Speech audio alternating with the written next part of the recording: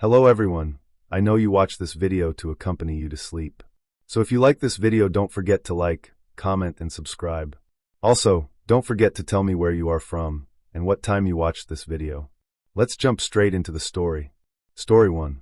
In the spring of 2016, in the quiet town of Fort Worth, located in the state of Texas, there was a brutal and cynical murder that shocked even the most experienced investigators. The victim of the crime was a young mother of many children named Elizabeth Paula Arellano, who worked as a paramedic, and you will be shocked to learn who was her executioner. The circumstances of the tragedy were so strange that at first the police even put forward the theory that Elizabeth may have voluntarily passed away. However, such a theory did not fit with the testimony of people who became accidental witnesses of the terrible scene. The investigation had to do a lot of hard work to understand everything and send the criminal to the dock. However, given the brutality of the crime he committed, the sentence handed down seemed too lenient and unfair to many. Elizabeth Paula Arellano was born in 1987, August 16th, in the American city of Fort Worth, Texas, where she was destined to live all her short life. She grew up with her two sisters, Alessandra and Giovanna, with whom she was always practically inseparable. Elizabeth's birth father left the family when she was very young. He showed no interest in the fate of his daughter and did not contact her in any way. Remarried to a man named Fidel, who adopted her children and treated them as his own. Elizabeth had a very warm relationship with her stepfather, who supported and helped her in everything. The girl studied diligently at school and dreamed of one day becoming a doctor. In high school, she met a guy named Rudolph Arellano, with whom she soon had a romantic relationship. The young man was almost 8 years older than her, which somewhat embarrassed Elizabeth's parents, but they did not interfere with their romance, because the chosen daughter seemed to them a man serious and quite reliable. At the age of 16 years, barely out of school, Elizabeth married her lover legally. The couple, one after another, had 4 children, 3 sons and a daughter. But despite the appearance of numerous heirs, Elizabeth did not intend to become a housewife. She remembered her childhood dream, so Elizabeth graduated from medical school and got a job as a paramedic, planning to get a higher education to become a doctor. The young woman was kind and pious, brought up in Christian traditions. She regularly took her children to church, instilling in them love and compassion for their neighbors. Family and friends characterized her as a very responsive person, always ready to help. From the outside, their marriage with Rudolph seemed strong and happy, but after 13 years of living together, this union began to literally crack at the seams. Rudolph had been jealous of his young wife before, trying to control her in everything, but over time his behavior became simply unbearable.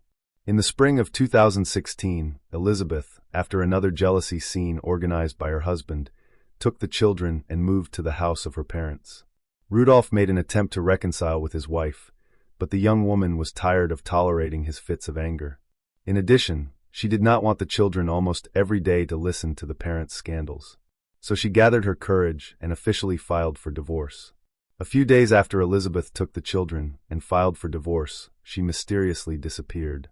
According to friends and family, she was in good spirits and, in order to distract herself from family problems and a little divorce, decided after work to go with colleagues to a local club. So on Friday evening, April 15th, 2016, the 28-year-old young mother in the company of her friends went to a fun place. There she danced and had a good time, but did not touch alcohol because she planned to get home in her own car, on which she arrived at the club. Elizabeth returned home well past midnight on April 16th. Having parked the car, she called her friend, with whom she had vacationed at the club that night, and told her that she had already reached home and that she was all right. Elizabeth then hung up the phone, but never entered the house. Her mother Juanita was very worried when she found her daughter was not home. She knew that Elizabeth was planning to spend the evening with friends, but her daughter should have returned long ago. She couldn't leave somewhere unannounced, and besides, her car was parked outside the house, which meant that Elizabeth had returned from the club. When Juanita approached the car, it turned out that it was not locked. The key was still sticking in the ignition, and inside on the seat were her daughter's purse and cell phone. She couldn't leave her personal belongings in the open car like that, which meant that something terrible had happened. The woman immediately called the police, reporting a missing person. The police believed that they would be able to solve the case, as they call it, on hot tracks. In addition, there was still hope that Elizabeth was alive, because there was no blood or signs of struggle in the car. But it wasn't that simple. The first thing was to reconstruct in the smallest detail the chronology of the events of that evening and night, to trace Elizabeth's entire route, to find and question all possible witnesses. First, friends and colleagues of the young woman with whom she had spent the evening before her disappearance were interviewed. They gave the exact time when she went home, and later Elizabeth herself called back, saying that she had reached the place safely. In addition, several calls and messages from her ex-husband, Rudolph Arellano, who had persistently tried to contact her that night, were found in the missing person's cell phone, but Elizabeth never answered him. Police officers went to Rudolph's house to find out where he was and what he was doing the previous evening and night. According to the man, he had been in contact with his ex-spouse just the night before, and she had promised that she would bring the children to him for the weekend. But afterward she stopped answering the phone, and he thought she had changed her mind. Orellano's alibi was questionable. According to him, he sat with a friend at a local bar that evening, and around midnight he returned to his home and went to bed. His friend and several other people who had been relaxing at the same establishment on Friday confirmed that Rudolph was indeed there, but where he went afterward, no one could say for sure. The man assured that he had gone home, but as he now lived alone, there was no one to confirm this. Thus, the police were not going to exclude Mr. Arellano from the list of suspects. Besides, he didn't seem upset or worried. It was clear that he and Elizabeth were in the process of divorce, but they had been married for many years. She was the mother of his children, and it was strange that her disappearance had not affected him in any way. On the night of the disappearance of a young mother, a fisherman called the emergency services to report a strange incident he had witnessed. The man said that he was sitting alone with a fishing rod on a bridge, which is part of an interstate highway. When about 4:30 in the morning, he noticed a car drive onto the bridge. "Stop!"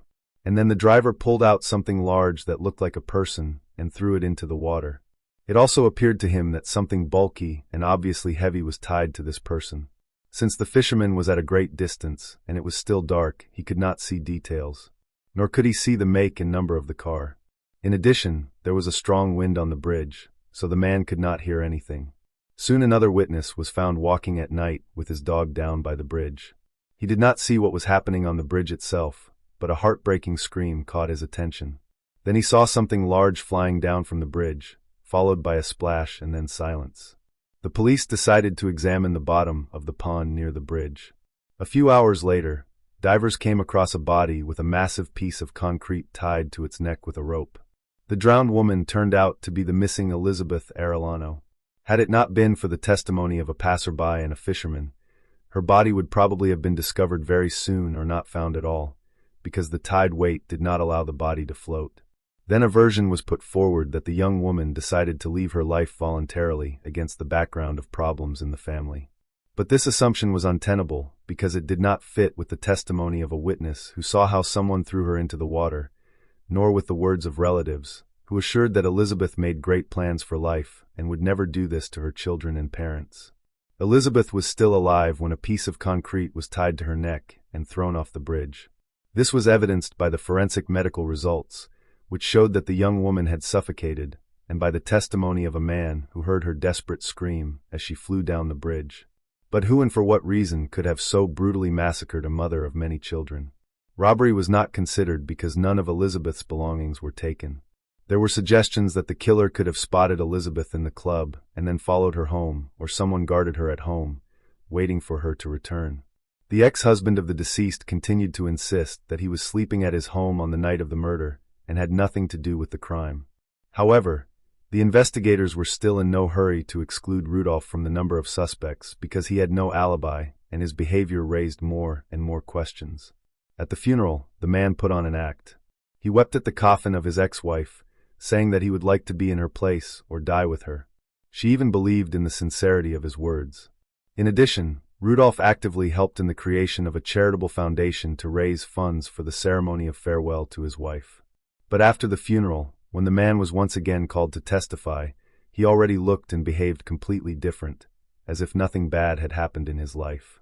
After a detailed examination of all the CCTV footage from the last route Elizabeth took, it was determined that a car of the same make and color as Rudolph's had driven away from her parents' house around 3 a.m. The neighbor also recalled seeing the car parked on the road near the deceased's house. Their neighbor also recalled seeing the car parked on the road, not far from the deceased's house. Moreover, it was established that the car had subsequently driven towards the very bridge from which the woman had been thrown. This circumstance raised many questions, and when the investigation requested Rudolph's cell phone data on the night of the crime, the questions became even more. It turned out that the man made several calls that night, first near Elizabeth's place of work, and then near the home of his mother-in-law and father-in-law. He also sent his ex-wife several messages trying to find out when she would return, but his messages went unanswered. Apparently he had been following her, and eventually decided to wait for her return at Elizabeth's parents' house. The police finally had enough evidence to arrest Rudolph as the prime suspect and bring him to the station for further questioning. One of the key witnesses in the case was Elizabeth and Rudolph's eldest son. When the boy was shown the rope removed from his mother's neck, the son stated that he had seen it earlier in the backyard of his father's house and remembered it well because he had played with it. Moreover, the boy also recognized a piece of concrete that had been lying in their garden shortly before after the fence had been replaced. Also, small fragments of this concrete were found in the trunk of the car belonging to Rudolph. The investigation found that the man waited for his ex-wife at her parents' home and abducted her before she could enter the house. He forced her into his car, in the trunk of which he had already prepared rope and concrete. Afterward, he drove to the bridge for the massacre, expecting to go unnoticed. Rudolph Arellano was taken into custody 10 days after his ex-wife's body was recovered from the lake. Despite a large amount of evidence and witness testimony proving his guilt, Rudolph denied any involvement in the crime and continued to insist that he was at home that night.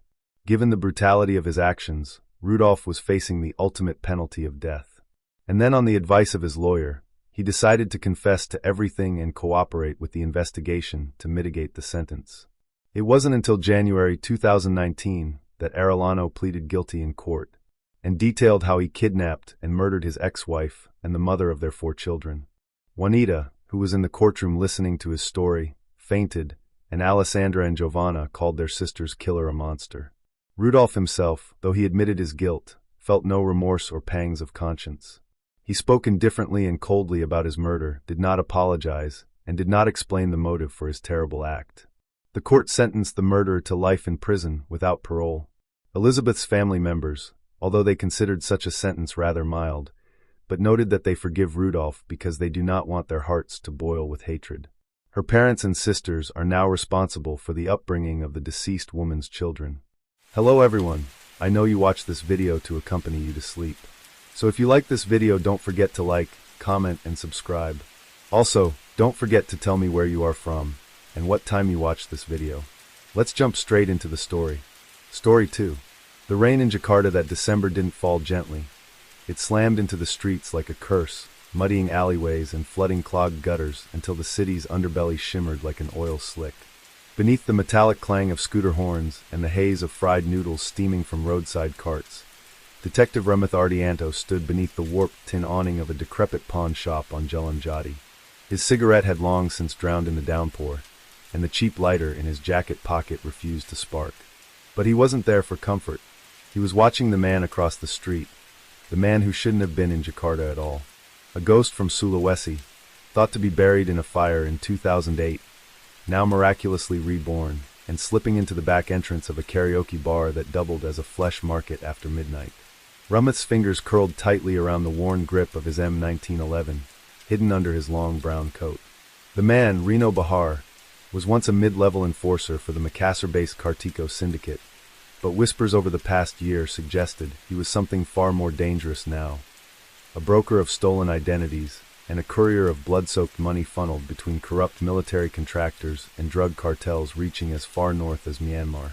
His reappearance in Jakarta set off alarm bells in Ramith's already cynical mind, especially with the city's organized crime in flux after the unexplained disappearance of 2 Chinese bosses from Glodok in October.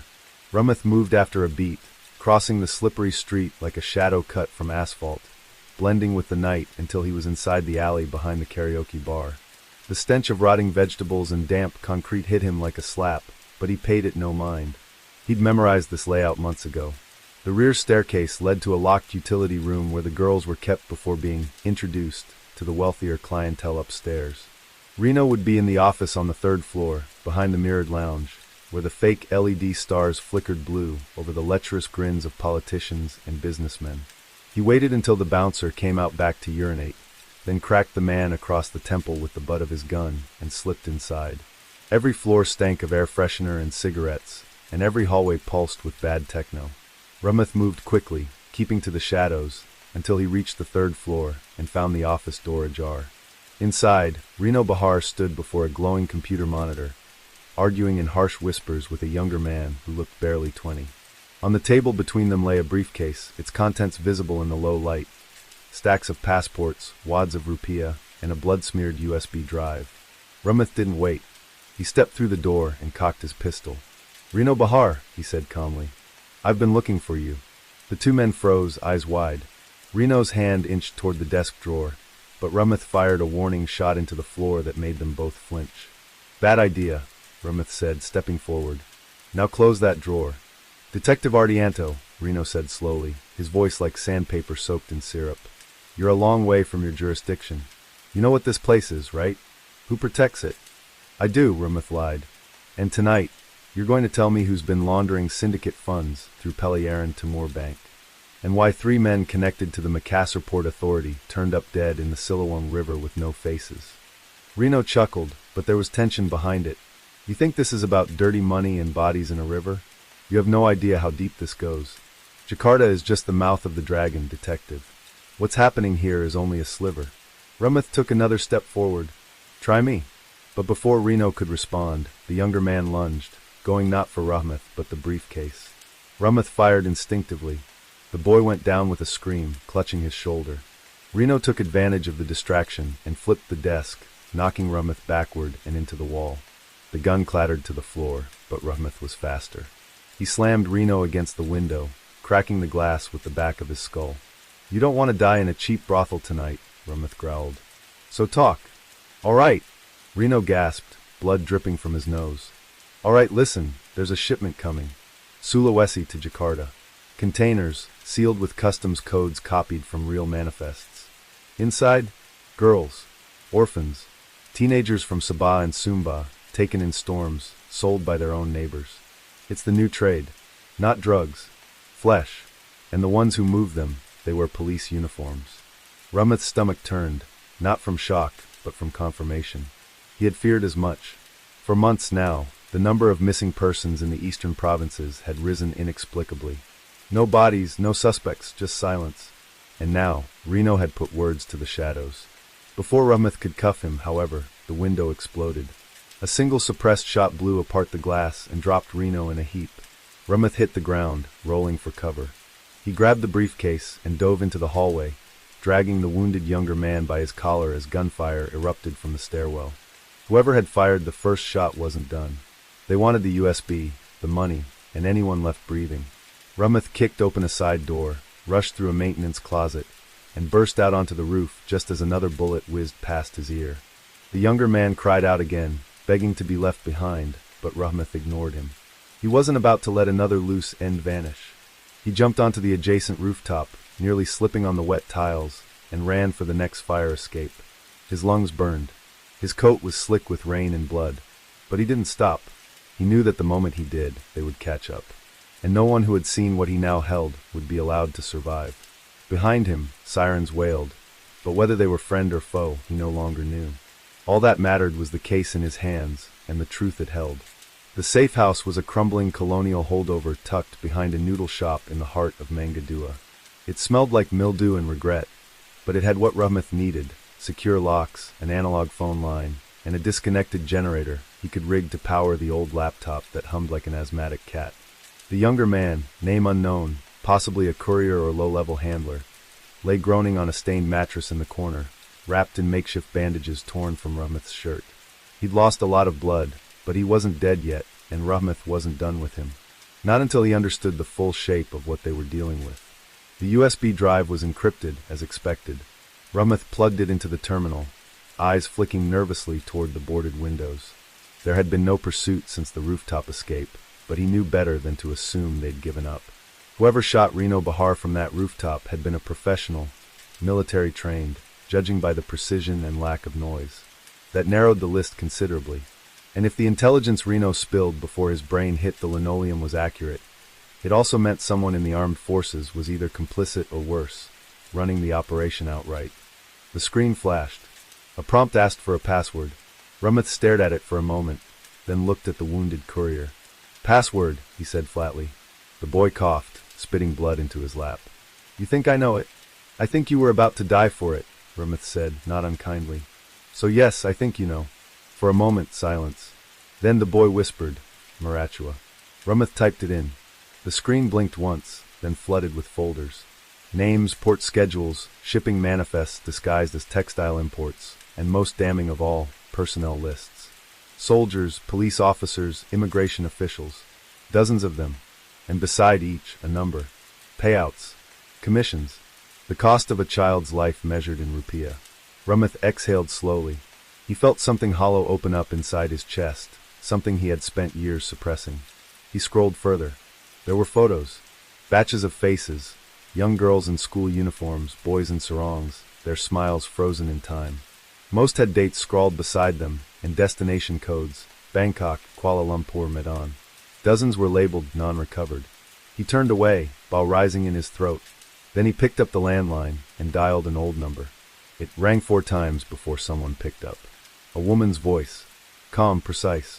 "You're not supposed to call this line." "Things changed," Rummuth said. "I have proof. Reno's dead. I have the courier and the list." There was a pause. "Where?" "Mangadua. The old tailor's loft." "Hold position. You'll be extracted." He hesitated. "Tell her it's real this time. The whole network. From Makassar to Mindanao." "I'll tell her." The line went dead. Rummuth turned back toward the boy, who now looked barely conscious. "Who do you work for?" The boy groaned. "I don't. I just move things. They said don't ask." "Who's they?" The courier blinked slowly. "Captain Laswardi. TNI. Eastern Command." Rummuth's jaw clenched. That name hadn't surfaced in years. Not since the Aceh suppression. If Laswardi was involved, this wasn't just about money or exploitation. It was about control, strategic trafficking, destabilization masked as crime. And the fact that Rummuth now held the names and routes meant his life expectancy had just dropped to hours, if not minutes. A sharp knock shattered the silence. 3 taps. Then 1. Then 2. Extraction code. Rummuth opened the door a crack and saw a woman in civilian clothes. Compact frame, hard eyes, small scar above her brow. He knew her, Intan Sabekti, Internal Affairs, operating under orders so classified her files didn't technically exist. "Inside," she said quickly. 2 men followed her with duffel bags. One set up a burner laptop while the other scanned the USB and began photographing every page. Intan knelt beside the courier. "Name?" "He didn't give it," Rummuth said, "but he gave the key." She glanced at the boy, then turned back to Rummuth. "You're in trouble. You know that?" He nodded. "I figured. That's why I called you. The names on this list? It's bigger than Jakarta. Bigger than Sulawesi. There are officials in Malaysia, Singapore, even Laos. This isn't just a smuggling ring. It's a black market alliance. Who's pulling the strings?" She hesitated, then pulled a photo from her coat and handed it to him. "Recognize him?" Rummuth's heart skipped. It was a man in a general's uniform, smiling at a ribbon-cutting ceremony. High profile, celebrated, clean on paper. But he'd seen that face before, at an off-book meeting in Samarinda, back when he was still naive enough to believe the law was clean. "We need you to disappear," Intan said. "Today." "No." "Rummuth." "No. This doesn't get buried. Not again."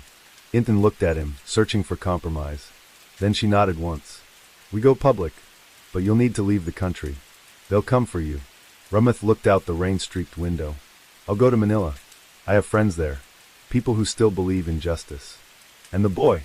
Rummuth looked down. "He's a pawn. Treat him. Keep him safe if you can." She nodded. The room buzzed with tension, but the operation moved with fluid purpose. By the time the rain slowed to a drizzle, the team was gone, the safe house scrubbed. Rummuth, now wearing a new identity, a new passport, and a dead man's coat, walked into the fading night with the weight of the USB pressing into his chest like a second heartbeat. He didn't look back. Jakarta was behind him. But the truth was out, and the hunt was only beginning. Let's jump to next story. Story 3. Ashes in the Delta. Mekong Delta, Vietnam.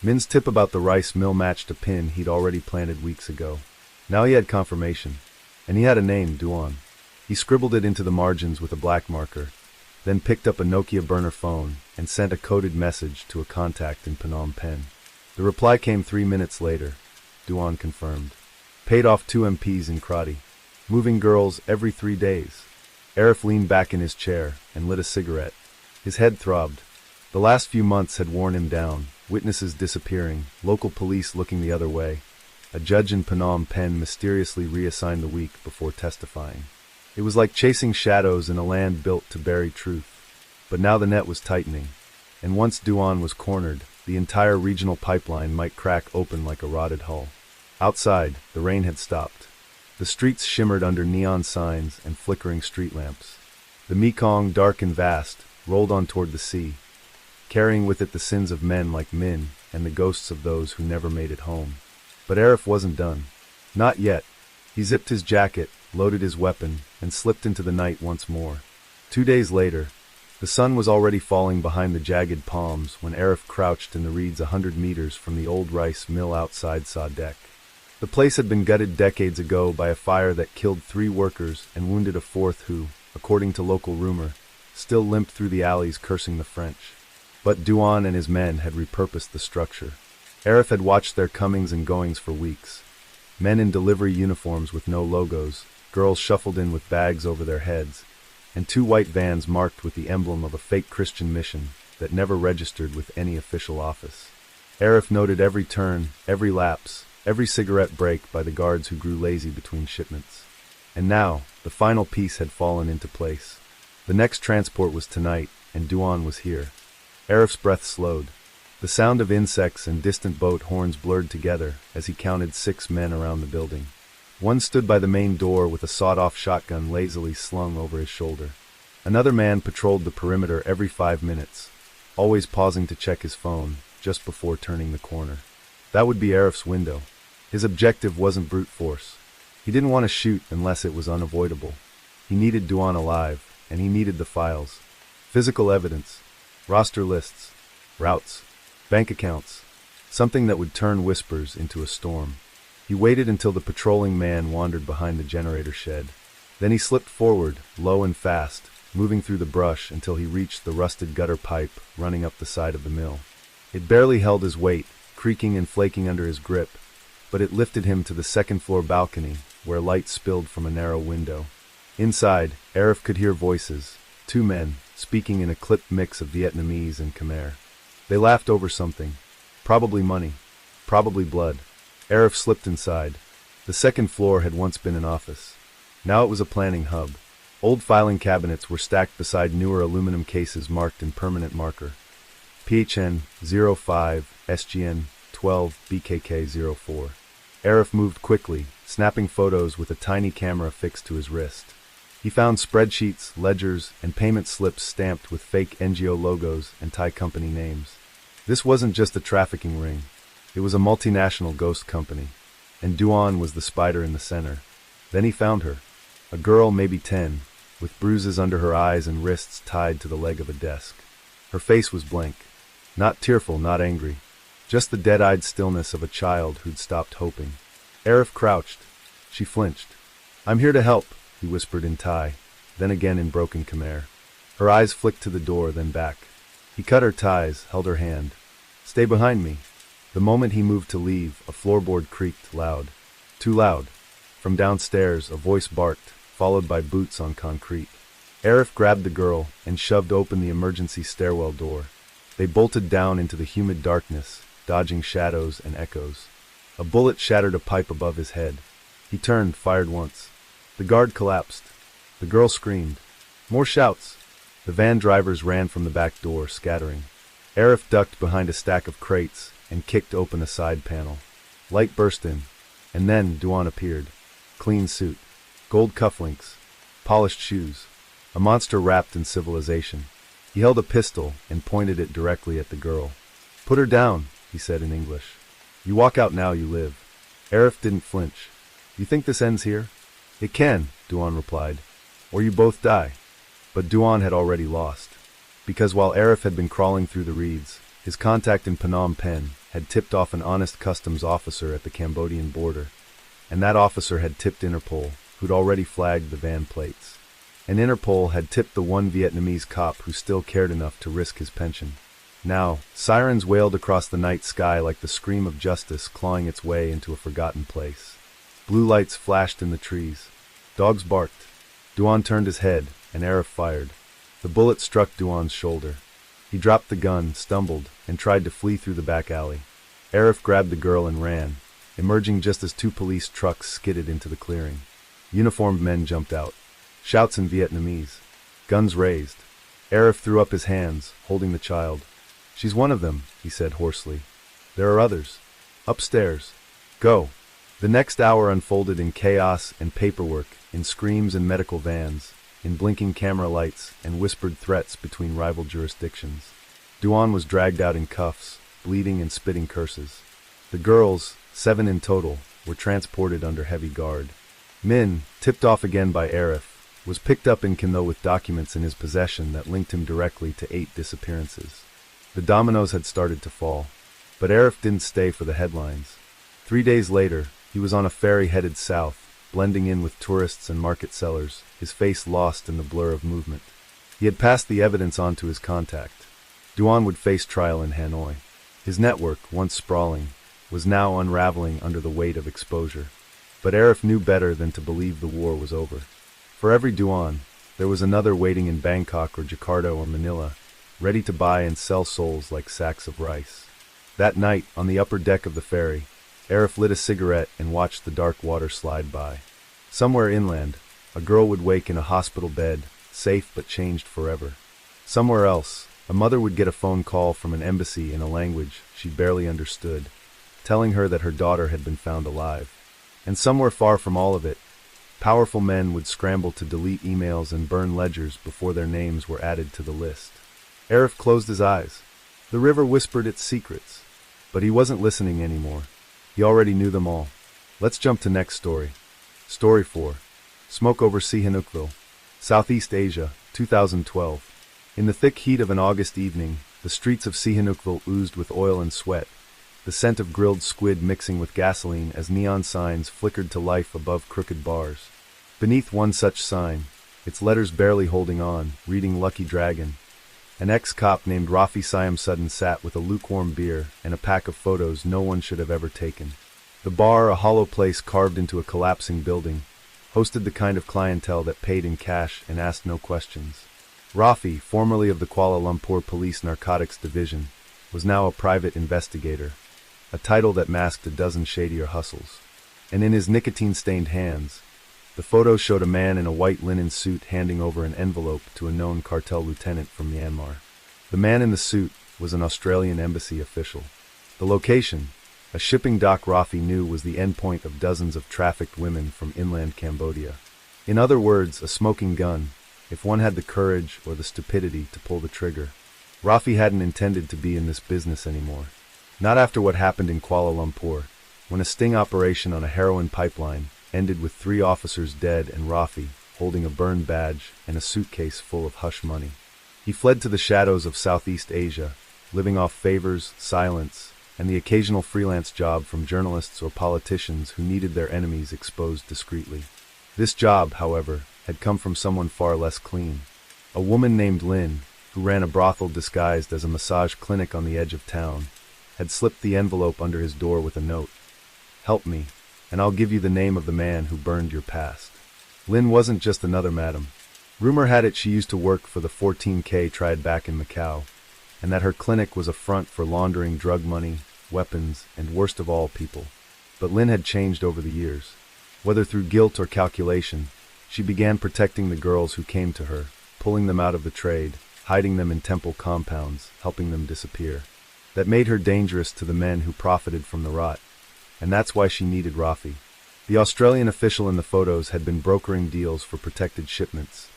Underage girls disguised as domestic workers, sent from Phnom Penh to Bangkok, then onward to Malaysia and Dubai.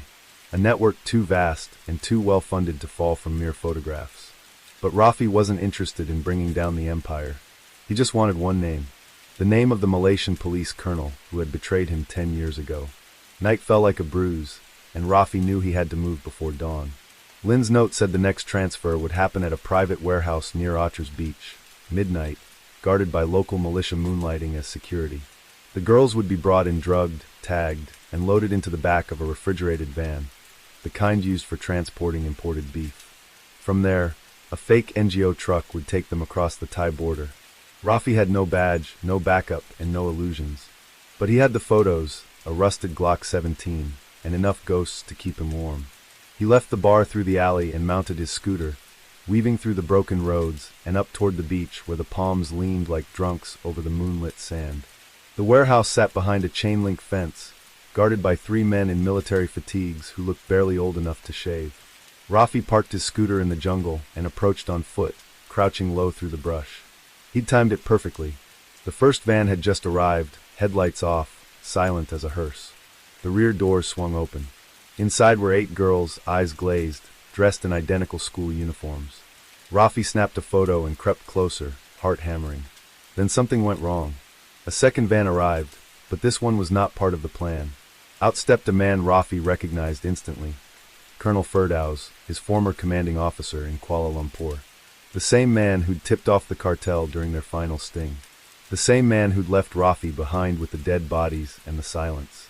It felt like a hallucination, but there he was, graying hair, leather gloves, eyes cold as black ice. And he wasn't here to oversee a transfer. He was here to clean up a loose end. Rafi turned to run, but his foot cracked a branch. One of the guards swung a flashlight his way. "Who's there?" The voice was local, but scared. Rafi dove behind a tree, raised his Glock, and held his breath.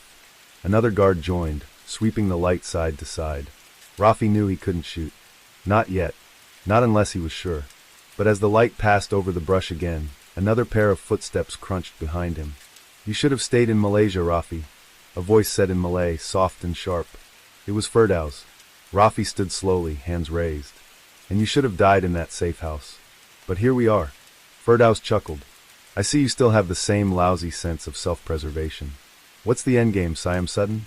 Planning to call in the cavalry? Send those photos to your journalist friends." "No.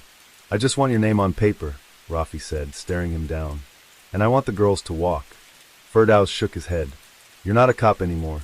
You're a ghost. And this is where ghosts disappear for good." But before Firdaus could raise his gun, Rafi fired. The shot hit Firdaus in the shoulder. Screams echoed from the guards. Rafi rolled behind the tree, returned fire, and bolted into the jungle, blood pounding in his ears.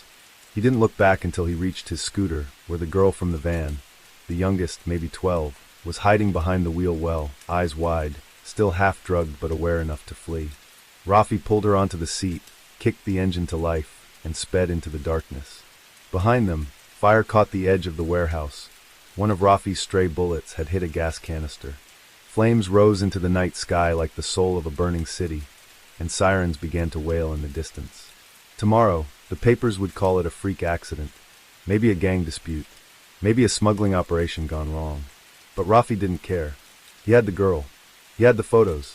And he had a name. The war wasn't over, but one ghost had returned to haunt the living. Rafi didn't slow down until he was 100 kilometers north of Sihanoukville, the wind whipping against his face as he guided the scooter through the winding roads that twisted into the mountains. The girl, still disoriented from the drugs, clung to his back. She barely said a word, only the occasional murmur of fear, the weight of her body shifting with every turn. He could feel her trembling, not just from the cold night air, but from something far deeper, something that ran far beyond the brutality she had already endured. She had seen death in a way that no one should, her innocence shredded like the papers he'd kept hidden for years.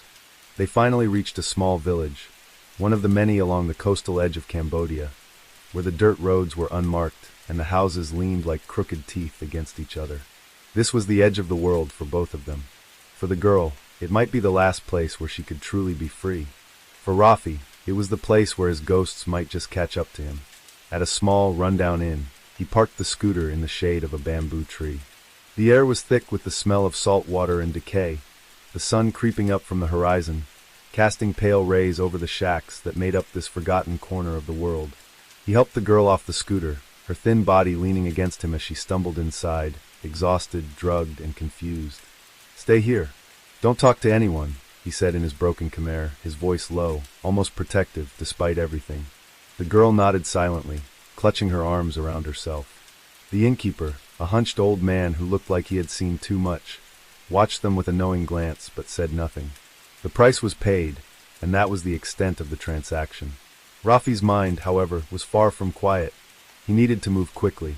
The danger was only beginning. He had a name now, Firdaus. That name had been the key to his past, and now it was the key to whatever was left of his future. If Firdaus was still alive, it meant the corruption ran deeper than Rafi had imagined. The colonel's ties went beyond Cambodia. He was involved in a network that stretched from Kuala Lumpur to Bangkok, all the way to Jakarta. The trail would lead to a higher echelon than he could have ever prepared for. But that would have to wait. For now, there was the girl. She had witnessed the violence, she had seen the men in charge, and she knew too much. If they stayed in Sihanoukville, they wouldn't be safe for long. Firdaus would send his men. If the cartel didn't take her, the authorities would. The girl was a witness, but she was also a commodity, a piece of currency in the game of power and betrayal. The first thing Rafi needed to do was get her away from Cambodia. He would take her to Thailand, then find a way to get her to the Philippines, where there were already some NGOs working to rescue trafficked victims. He had some old contacts, people who owed him favors. He couldn't trust the police. He couldn't trust anyone in the government. He had learned that much during the years he spent chasing shadows in Kuala Lumpur. But that didn't mean he was ready to let the ghosts of his past slip away so easily. As he stepped out of the inn and into the rising sunlight, his mind raced. There was something bigger here. Something that made his gut tighten and his hands shake as they reached for the cigarette tucked in his pocket. He knew this game. He had played it before, and the only way out now was to go deeper into the dark. Rafi's thoughts turned back to Lynn, the woman who had given him the photos. Her warning had been clear. Firdaus wasn't the only player in this game. There were others in the shadows, others who had far more power, far more reach. The Australian diplomat wasn't the mastermind. He was just a piece in a much larger puzzle. And Lynn had made it clear that if Rafi wanted to know the full scope of the operation, he would need to keep his head low, play his cards carefully, and trust no one. But Lynn had also made him a promise that came with its own strings. She knew who had burned him in Kuala Lumpur, who had betrayed him to the cartel and made sure that the sting had gone south. She knew the man who had sold him out, and Rafi was going to make sure that the bastard paid for it. That meant finding the network, following the chain of command, and eventually confronting the ones who had stayed hidden in the shadows for far too long. It meant trusting Lynn's information. But more than that, it meant confronting the ghosts he had buried deep within himself. He had spent so many years running from his past, trying to erase the guilt that had gnawed at him since the operation went wrong. But it had all led him here, to this place, with the girl and the photos, with Firdaus' blood still drying on his hands. As Rafi walked toward the edge of the beach, the sound of the surf crashing in the distance, his thoughts became clearer. This was no longer just about the girl. This was about him, about the past he had tried to bury, about the man who had tried to destroy him. And Rafi was done running. The sun was fully up now, casting its harsh light on the scene before him. A small fishing boat bobbed on the water, waiting to take him farther from Cambodia. Farther from the ghosts. Farther from everything that wanted to kill him. The girl was waiting inside the inn, her eyes fixed on the door. Rafi took one last look at the horizon, where the ocean met the sky, a boundary as vast as the years he had spent looking over his shoulder. With a final, steady breath, he turned toward the boat. The past had caught up to him, and now it was time to settle the score. Let's jump to next story. Story 5. The Orchid Triangle. Southeast Asia, Golden Triangle, Thailand, Laos, Myanmar, 2010. The river looked calm from the hill, but Chan knew better. Beneath the wide, glassy surface of the Mekong lay 100 secrets, some dumped in oil drums, others floating downstream in silence, never to be found. In the dying gold of the 2010 dusk, the dense jungle surrounding the Golden Triangle pulsed with the sounds of cicadas and something more insidious. The quiet shuffle of smugglers, the faint hum of outboard motors hidden beneath tarp-covered canoes, and the stifled cries of people who'd been promised a new life only to be sold into one darker than before. Chan crouched beside a banyan tree, his black fatigues blending with the shadow. He wasn't here for the river, or the drugs, or even the girls who vanished nightly into brothels across the Lao border. He was here for a name, Somchai Vongprasert, a ghost in the opium trade who had evaded Thai intelligence, DEA informants, and even Chinese bounty hunters for over a decade. But Chan was different. He had been born in these hills. He spoke every dialect from Shan to Hmong, and more importantly, he wasn't here on official business. He had come for revenge. 10 years ago, Somchai had ordered the massacre of 5 undercover agents in Changsane. One of them was Chan's brother, Crit. The government had called it a failure of intel. The U.S. Embassy had written it off as collateral loss in a fluid operation. But Chan had never forgotten the sound of his mother's screams when the military jeep returned to their village with Crit's body zipped in a rubber sack, bloated from the Mekong, and with both hands missing. That wasn't just a killing, it was a message. A brutal one, carved in fear and blood, meant to keep others silent. And for years, it had worked. Somchai had risen to mythical status, surrounded by warlords, tribal militias, and corrupt police who would rather take bribes than bullets. But Chan had spent a decade in the shadows, slowly dismantling the operation from the inside. He'd joined an NGO, used humanitarian work as cover to map supply routes, and bribed opium couriers with promises of freedom. Now he had his chance. The latest intelligence said Somchai was finally emerging from hiding, for one night only, at an old French colonial casino turned private club deep in the border hills, accessible only by boat or betrayal. Chan made his way down the slope, the jungle breathing around him in slow, humid gusts. He had memorized the route to the dock, past the rusted shrine of a forgotten monk, over the ridge marked with faded red tape from an old landmine sweep, and down into the thicket of bamboo that opened up to the riverbank. A local contact, a Hmong boy no older than 16, waited with a long-tail boat. He didn't speak, only nodded once and gestured toward the boat. Chan stepped in, crouched low, rifle hidden beneath a fisherman's tarp, his mind already inside the casino. He had studied the layout for months, from smuggled photographs and surveillance drone footage. He knew where the guards smoked when the deliveries came, which generator powered the back hall cameras. But Somchai's location inside was uncertain. Some said he stayed in a windowless VIP lounge surrounded by snakehead mercenaries. Others said he disguised himself as a monk, wandering the premises with incense and silence, watching everyone but speaking to no one. It didn't matter. Chan would know him. You never forget the eyes of the man who broke your family. The boat docked behind the casino, where sewage and diesel mixed in a foul brew. Chan moved quickly, silently scaling a drainage pipe before slipping into the service hallway. The air inside smelled like old perfume and sweat. Thai jazz music drifted through the walls, accompanied by bursts of laughter and the clinking of glasses. He moved past crates of black market liquor, fake cigarettes, and ceramic jars hiding bricks of raw opium. Every room in this place, every nail and nail hole, had been built on corruption. The place was a palace for ghosts, men who lived outside law and time. And now one of them would die. He reached the observation deck, where 2 armed guards flanked the entrance to a private room. Chan paused, checking his watch. The diversion would begin in 60 seconds. Just as planned, a muffled boom echoed from the far wing. A gasoline fire in the kitchen, courtesy of a friend he'd paid with US dollars and a promise to never come back. The guards panicked, running toward the smoke, and Chan slipped in, heart hammering. Inside, the room was bathed in crimson lamplight. Somchai Vongprasert sat in a velvet chair beneath a mural of tigers and dragons, surrounded by 2 half-naked women and a man with a face like melted wax who looked up the moment Chan entered. Their eyes locked. Somchai didn't rise. He didn't flinch. He only exhaled smoke from his silver pipe and whispered, "You're late." Chan raised the pistol slowly. "You remember Crit? He screamed your name when they drowned him." Somchai smiled like a man who'd forgotten thousands of screams. "So many boys die in the river. Yours was loud, yes. But he was also stupid." Chan didn't reply. He squeezed the trigger once, twice. The silencer coughed. Somchai's head jerked back, then forward, blood pooling down his chest as the pipe clattered to the floor. The women screamed, scattering, and the man with the melted face reached for a knife. But Chan shot him too, once in the hand, then the throat. It was done. He didn't stay to watch them die. He moved out, fast, retracing his steps, heart numb, eyes wet, breath ragged. The fire had spread. Smoke flooded the hallways as screams rose like a chorus behind him.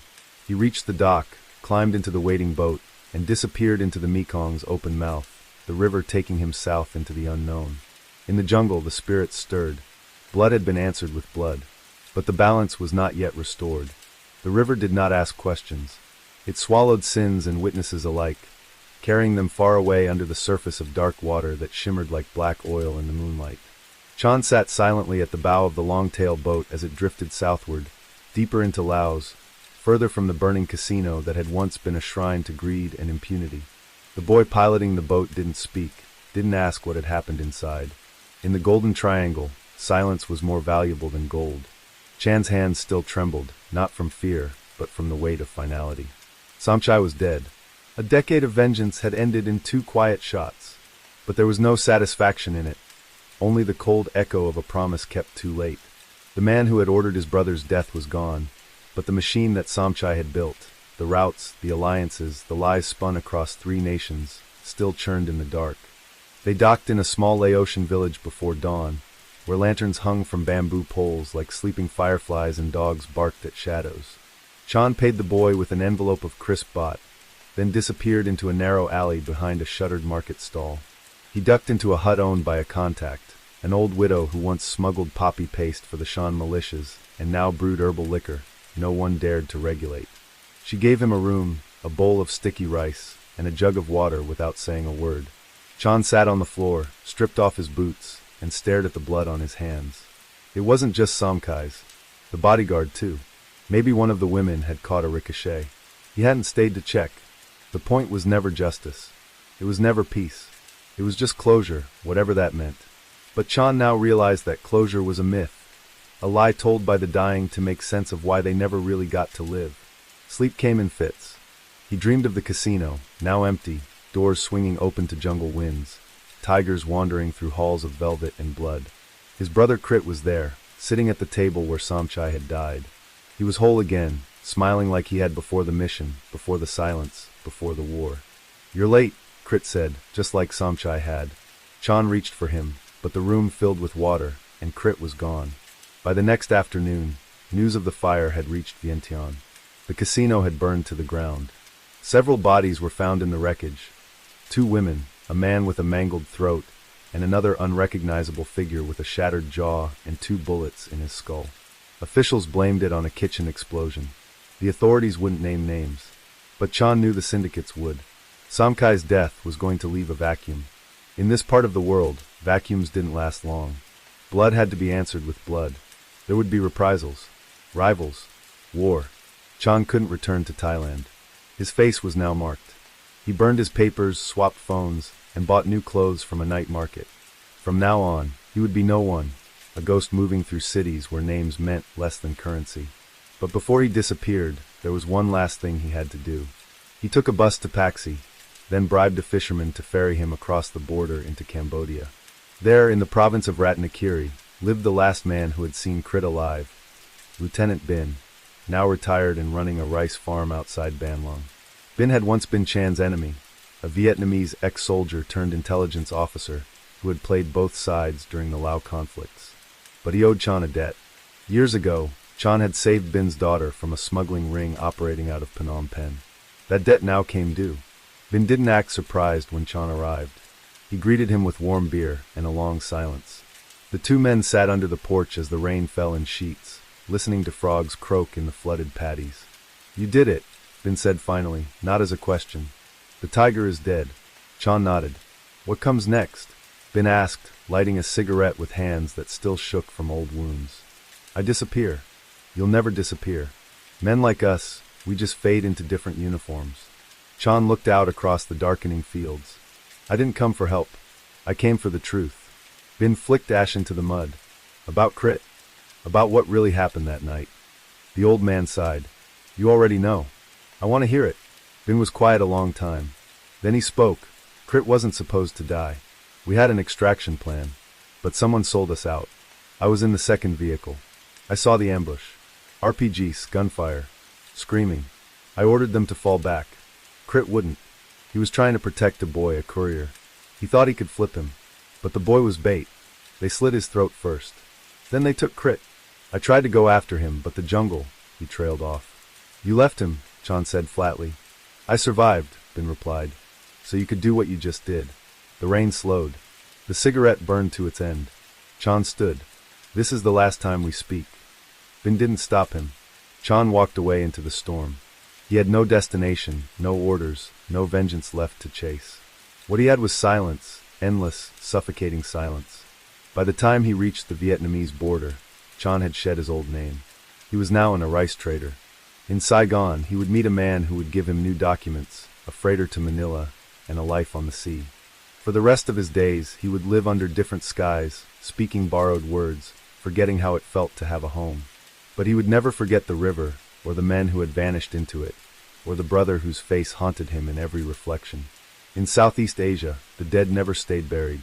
They rose with the monsoons and whispered through the mangroves. And some, like Crit, stayed to remind the living that vengeance was a knife with no handle. Let's jump to next story. Story 6. Shadows in Phnom Penh, Cambodia 2009. The air in Phnom Penh hung thick with diesel smoke and distant thunder, the streets slick from an earlier rain that had washed the blood off the curbs, but not out of the cracks. It was July 2009, and in the city's underbelly, beneath the foreigner-friendly bars on Street 278, beneath the painted smiles of the karaoke girls, beneath the iron gates of decaying French colonial villas, a silent war was unfolding. Not the kind fought with armies or banners, but the older kind, the war of silence, greed, and hidden knives. Sergeant Rithi Dara of the Phnom Penh Municipal Police had long since given up the illusion that he was anything more than a pawn in it. At 37, he had seen how truth could be drowned in a ditch and how justice always cost extra. Still, something about the latest case twisted in his gut like old whiskey. A foreign journalist, American mid-30s, credentialed clean, had been found shot in the head in a guest house off Manavong Boulevard. No sign of robbery, no drugs, no signs of forced entry. Just a bullet, a scorched pillow, and a laptop missing from the room. To the brass, it was easy. A lover's spat gone wrong, a suicide staged, or some low-life drug addict. Case closed. But Dara had seen the man's press ID. He was no tourist. He was here digging, and Phnom Penh did not like to be dug into. The guest house manager was no help. He hadn't even asked the man for a passport copy. He said he was writing a book, the manager offered, chewing betel nut while his eyes flicked nervously to the hallway. Quiet guy. Never brought anyone back. Paid in cash. American dollars. Big bills. Dara walked the room again, noting the small signs the forensics boys had missed. Scratches near the doorknob, fibers on the windowsill, a half-burnt notebook page in the bathroom trash that hadn't quite turned to ash. He pocketed it. The man had been writing in Khmer, poorly but deliberately, and while most of the words were simple, land grab, eviction, company, the last line was underlined twice. Kampong spew. HCB. Follow the trucks. Dara cursed softly. Kampong spew was a province just west of the capital, an area fast becoming a battlefield of development deals and displacement. And HCB? That could only mean Hung Chai Bank, the shadowy investment entity rumored to be a front for a dozen shell companies controlled by the Deputy Prime Minister's son. Back at the station, Dara kept his notes quiet. His boss, Chief Bunnary, had long been in the pocket of anyone who could buy him another Lexus, and Dara knew that making this case public would lead not to arrests, but to another disappearance, his own. So he moved carefully, pretending the case was stalled. He told the embassy it was likely a robbery. He filed a preliminary report that said nothing of HCB or Kampong spew. Then he visited a former source, a fixer named Lena, who once worked as a translator for foreign reporters until one was shot outside a noodle shop and the rest fled. Lena lived above a pool hall in Tul Tam Pung and trusted no one, least of all cops. But Dara had protected her before, and when he showed her the burnt notebook page, her face changed. She didn't speak, just handed him a phone number scribbled on a scrap of cigarette packaging. Dara called it from a payphone at the riverside. A man answered in English, then switched to Khmer when Dara introduced himself. The voice was deep, confident, but carried the clipped tones of someone used to giving orders. "Why are you asking about Kampong spew?" the man asked. Dara gave no names, only that he was investigating a suspicious death, and the trail led there. A long pause. Then the voice said, "If you go, do not go alone, and do not go at night. The land is being cleared, but not by bulldozers. Do you understand?" Dara did not fully, but he had heard enough. That night, he took a pistol he'd hidden since his days in the military police and placed it under the seat of his Toyota Camry. Then he drove west. The road to Kampong spew was straight and empty, lit only by his headlights and the occasional glare of passing trucks, massive, overloaded things with tarps covering unknown cargo. Dara followed them at a distance, noting the license plates, but most were either unregistered or bore military codes. Just outside Odom, one of them pulled off the highway onto a dirt track that led toward the hills. Dara hesitated, then followed. The path wound through rubber plantations and fields scorched by fire. After 20 minutes, the road ended at a wide clearing where bulldozers stood idle and floodlights lit up a compound surrounded by barbed wire. He killed his lights and parked under a clump of trees. What he saw next froze him in place. Men in dark uniforms, no insignia, no names, were unloading boxes from the trucks. But it wasn't cargo for construction. They were crates marked with Chinese characters, and what little Dara could see suggested weapons. AKs, RPG launchers, maybe even mortars. He lifted his camera, a cheap digital one, and snapped photos in silence. He couldn't believe it. This wasn't land clearing. This was an arms cache. And the trucks bore markings he had seen before, at the Hung Chai compound in Phnom Penh. The dead journalist hadn't just stumbled into a land deal. He had uncovered an illegal arms smuggling ring run under the cover of agricultural development. And now Dara had too. Then came the sound that changed everything, the crunch of footsteps behind him. Dara turned slowly, every nerve in his body taut. A figure emerged from the tree line, silhouetted against the moonlight, tall, lean, a Kalashnikov hanging loose from one shoulder and a cigarette burning between his fingers. The man didn't speak immediately. He just watched Dara, the way a python might watch a mouse contemplating its final direction. "You're not supposed to be here," the man finally said, his Khmer heavily accented. Vietnamese or Chinese, Dara couldn't tell. His instincts screamed to run, but training and age had long since taught him the futility of panic. He raised his hand slightly, keeping his voice low, measured but calm. "I'm just a traveler. I got lost off the main road." The man took a step forward. The barrel of his rifle dipped slightly, not raised but not relaxed. Travelers don't take photos in the dark. Dara knew it was over. He could feel the cold weight of death standing just behind his shoulder. But then something changed. Another voice shouted from the camp, closer than before. "Stop! Don't shoot!" Another man, older, wearing a white shirt stained with sweat, ran up from behind the gunman.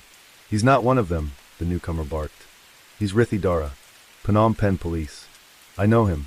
Dara squinted. He recognized the face now. Colonel Chanareth, formerly of the Interior Ministry's intelligence unit, now thought retired or dead. "Colonel," Dara said, lowering his arms, "I didn't realize you were still active." The man laughed, but it was a bitter sound. "I'm not. But sometimes we don't retire from war, we just change uniforms." They didn't kill Dara. Not that night. Perhaps because of who he was, or perhaps because killing him would bring more heat than they were prepared for. But they did warn him. Chanareth lit a cigarette with hands that didn't shake. "You saw what you weren't supposed to see. That American saw too much too. He poked the wrong nest. HCB is a fiction, Dara. It's a label. Behind it is a network. Men with medals. Generals with diamonds buried in Singapore accounts.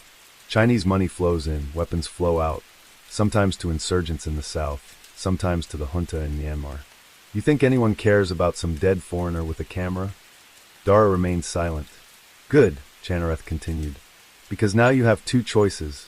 You forget this, bury it, let it rot with the others, or you go public and end up like your American friend. A bullet, no justice, no name."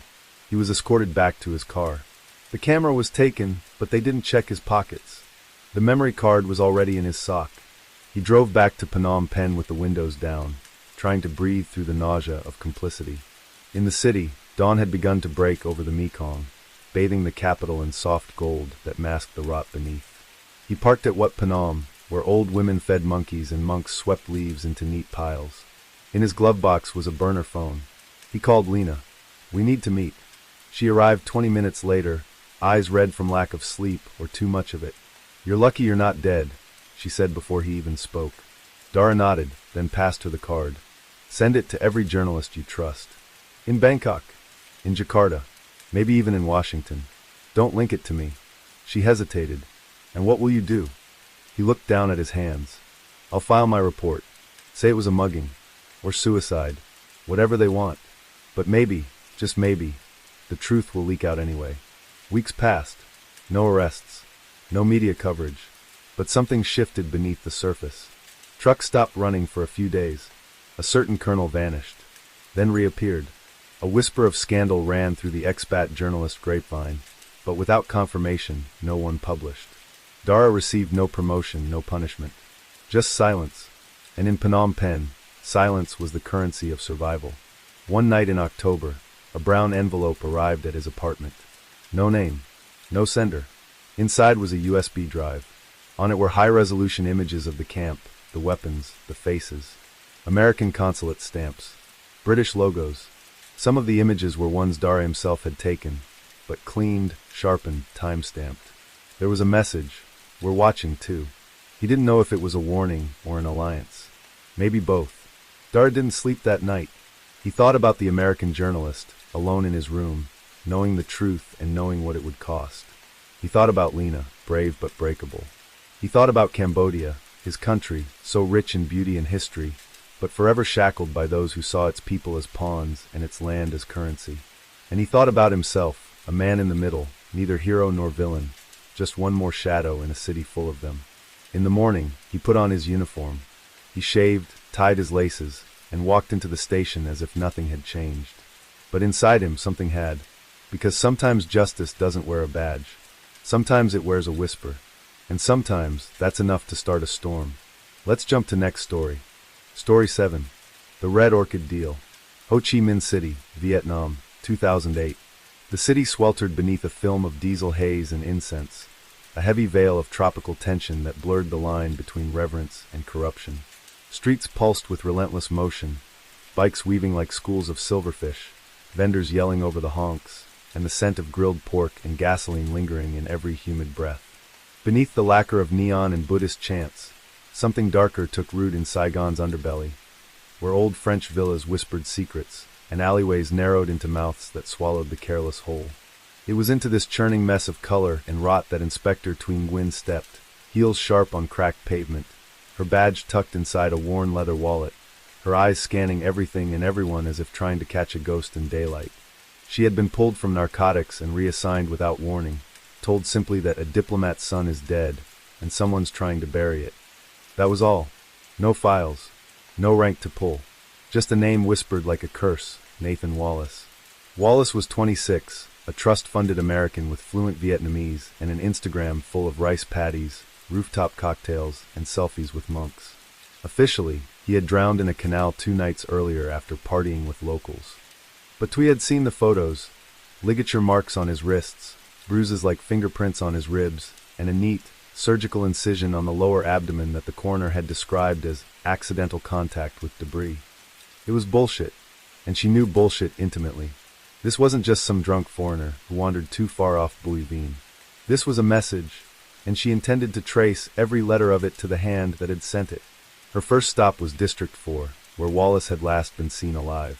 It was a tangle of concrete and rust, where expats came to buy the illusion of danger and locals sold it by the hour. She found a bar named Red Orchid, half hidden behind hanging wires and rain-stained tarpaulins. It was quiet at noon, empty but for a bartender with dragon tattoos curling down both arms and a lazy eye that didn't blink. "Wallace?" Thuy asked, flashing his photo. The bartender didn't respond. She leaned in. "I'm not police tonight. I'm someone who knows when a white boy ends up dead, it's never just about drugs." Who was he talking to? Who did he owe? The man poured her a shot of something amber and bitter, then spoke without looking. "He came 3 times last week. Always met the same girl, tall, pale, northern accent. Not a hooker. She wore black. Always black. Name's Lean." That name was common, but combined with the rest, it triggered a memory, an old narcotics file, pre-2000s, involving a smuggling ring that ran rare orchids as a cover for human trafficking.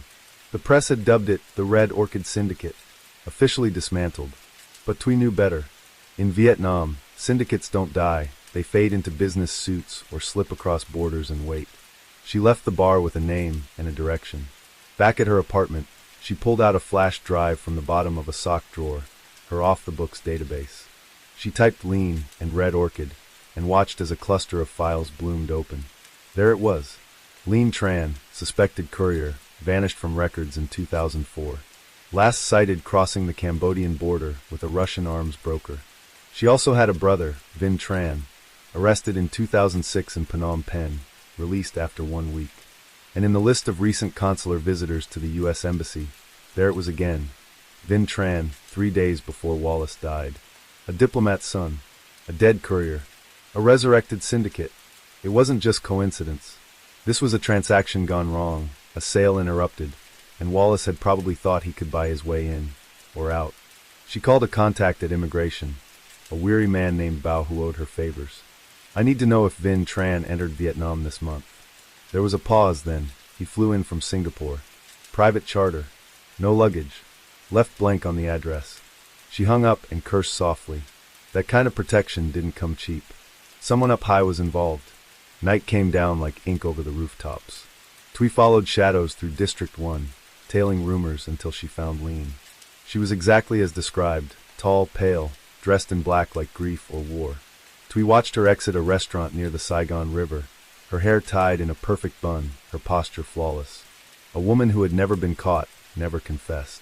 Twee approached slowly, flashing her badge. I want to talk. Lean smiled with her mouth, not her eyes. We have nothing to talk about. Nathan Wallace is dead. That erased the smile. And you're going to be next if you keep walking this line, Twee added. They sat under a flickering street lamp, pretending they weren't negotiating life and death over iced tea. Lean finally spoke. He came to me. Said he wanted a deal, drugs, girls, intel. He didn't care.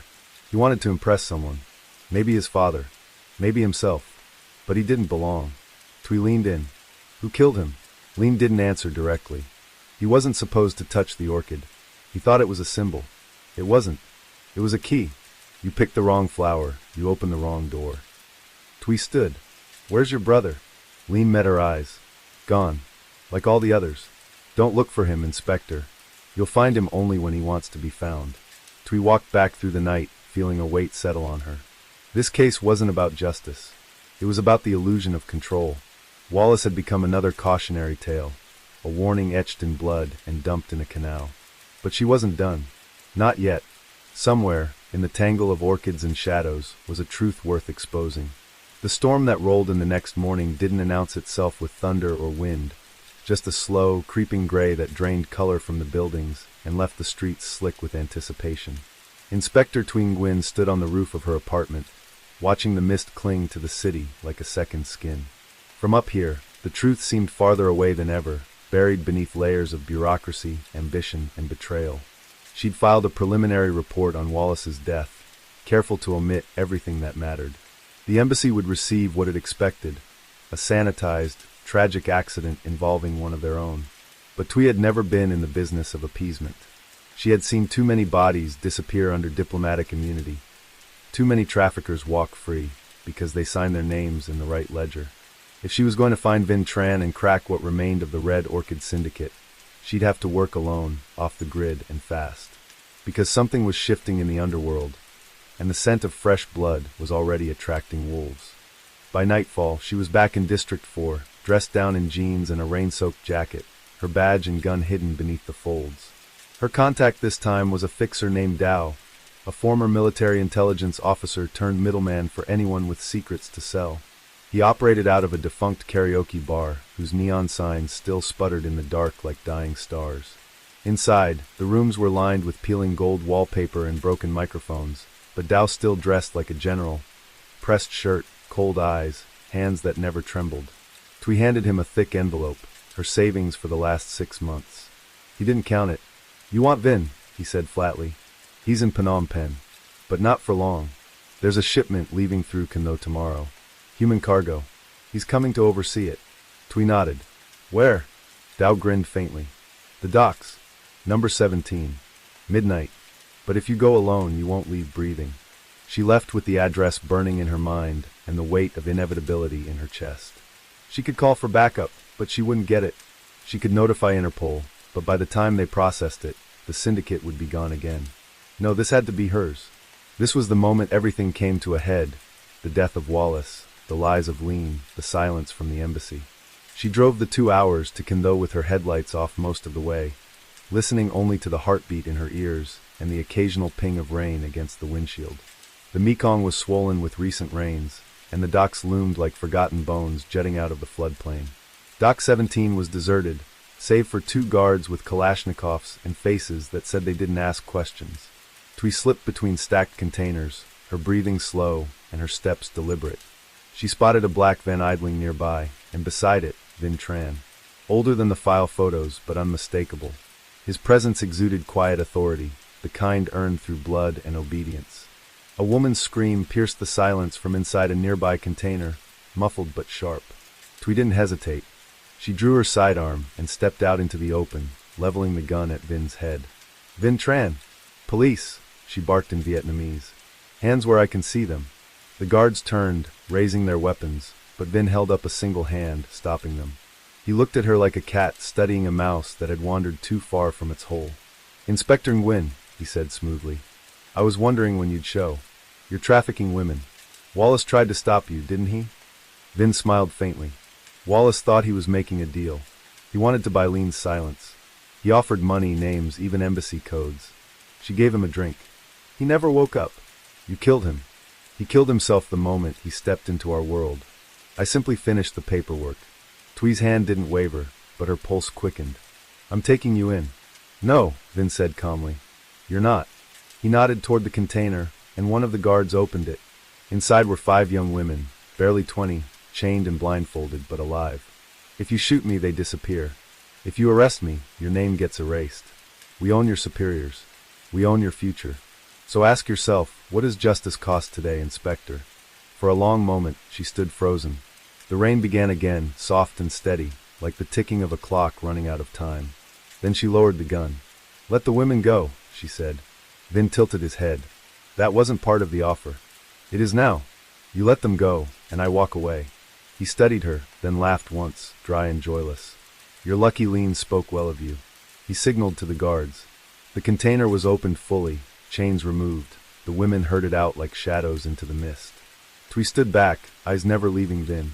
When the last girl was in her car, she turned without a word. "You'll regret this," he called after her. She didn't answer. Driving back toward the city, the rain blurred the windshield, but her mind was clear. She hadn't brought down the syndicate. She hadn't avenged Wallace. But 5 lives had been pulled from the dark, and sometimes that had to be enough. She would file her final report that night, coded and incomplete, and wait for the fallout. They might reassign her. They might try to silence her. But she would still be here, watching, listening, ready.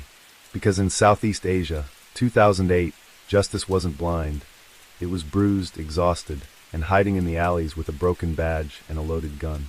And Inspector Twee Nguyen had just stepped deeper into the jungle. Let's jump to next story. Story 8. The Smuggler of Sihanoukville, Cambodia, 2007. The salt stung his lips as the wind rolled in off the Gulf of Thailand, thick with the brine of fishing boats and secrets that refused to stay buried. Sihanoukville in 2007 was not yet the casino-stained caricature it would become a decade later. But even then, the town pulsed with uneasy energy, a place where fortunes were made in the shadows and lost in blood. To the tourists, it was a paradise dotted with swaying palms and beachfront bars. To the locals, it was a port, nothing more, nothing less. To men like Bao Vichika, it was a corridor, a junction between empires of crime that stretched from the Golden Triangle to the jungles of southern Vietnam. Bao wasn't a kingpin yet. He didn't wear gold chains or travel with bodyguards. His power came not from ostentation, but from silence. He moved goods, contraband, chemicals, people, through fishing boats and customs slips no one bothered to check. And tonight, on a moonless March evening, he stood barefoot on a rotting dock, waiting for a shipment that could change everything. The boat that arrived was smaller than expected, barely more than a rusted shell with a sputtering diesel engine. But the 2 men who stepped off it weren't fishermen. They wore pressed linen shirts and moved with a dangerous grace. One was Vietnamese, lean with haunted eyes. The other, Thai, stocky, with a burned scar trailing from his cheek to his collarbone. They carried no crates, no paperwork, only a metal briefcase, and the kind of confidence that came from knowing someone important had paved the way. Bao didn't speak. He waited until the scarred man handed him the case, then opened it on the dock under a single halogen bulb flickering like a dying star. Inside were 5 vacuum-sealed packets of a synthetic opiate called Red Lotus, a new strain emerging from Laotian labs, more potent than heroin, cheaper to make, and capable of turning addicts into walking ghosts. It was the future of the black market and Bao's gateway to a higher seat at the table. "Payment in 3 days," the Thai man said in broken Khmer. "Same drop point." Don't be late. Bao nodded once. The men returned to the boat and vanished into the mist. He stood alone with the briefcase, aware of the weight not just of its contents, but of the future it represented. The Red Lotus formula had already begun to cut into older heroin routes across Myanmar and northern Thailand. Its rise would destabilize everything. But in Sihanoukville, chaos was just another currency. By the time he returned to his safe house, a concrete apartment above a karaoke bar owned by a corrupt customs agent named Thara, the news had already spread. A body had been found behind the pier, floating near the rocks, throat slit, pockets empty. Not an unusual occurrence in this part of town, except that the man was Western, maybe Australian, and had an embassy card sewn into the lining of his jacket. Bao's cigarette froze mid-air as he listened. He knew the name before it was spoken, James Walker, an independent journalist who had been sniffing around Sihanoukville for weeks, asking questions about missing Vietnamese girls and a fake seafood export company. Bao had seen him at a bar 2 nights ago, drunk and desperate, showing photos to the wrong people. Bao had warned him gently, but Walker hadn't listened. Now he was dead, and that meant trouble. Not from the police, they could be bought, bullied, or ignored. But from others. From the ones who didn't want their empire exposed, who understood that journalists were like rats. Kill one, and more would come looking. Bao opened the briefcase again, studying the packets. Each was marked with a red lotus symbol, hand-stamped in ink. It wasn't just branding. It was a warning, a signature that meant something across the region. The red lotus wasn't a product. It was a movement. Someone higher up was pulling strings. Someone dangerous. The next morning, Bao received a message slipped under his door. No name, no handwriting, only a date and location. March 18th, 11 p.m., Reem National Park. It was a remote stretch of coastal jungle 20 kilometers from town, largely unpatrolled, perfect for smuggling or a quiet execution. He didn't hesitate. He burned the note, loaded the briefcase into a duffel bag, and packed his Tokarev pistol into the lining of his coat. He knew better than to go alone, but he also knew this couldn't be trusted to underlings. If it was a trap, he would face it head-on. The road to Reem was dark and uneven, the jungle rising on either side like a living wall. At exactly 11 p.m., he parked near the ranger station, long abandoned, and waited. The forest hummed with insects, the air thick with humidity. Then he saw her. A woman stepped from the trees, tall, wearing a black leather jacket, sunglasses despite the darkness. She moved like someone who had never once hesitated. "Bavachika?" she asked in accented Khmer. "Who are you?" he replied. "Someone who wants to make sure the wrong people don't get the red lotus," she said, tilting her head. "You're sitting on a war you don't understand. And Walker, wasn't your fault. But he got too close." Bao's fingers tightened on the duffel bag. "What do you want?" She took a step closer. "Information. Who gave you the product? Where does it go next? You tell me you live. You stay quiet, and this jungle becomes your grave." Bao wasn't intimidated by threats. But something in her tone, cold, clinical, precise, told him this wasn't a bluff. "You a cop?" She smirked. "Not anymore. Call me freelance." He hesitated. There were only 2 real options.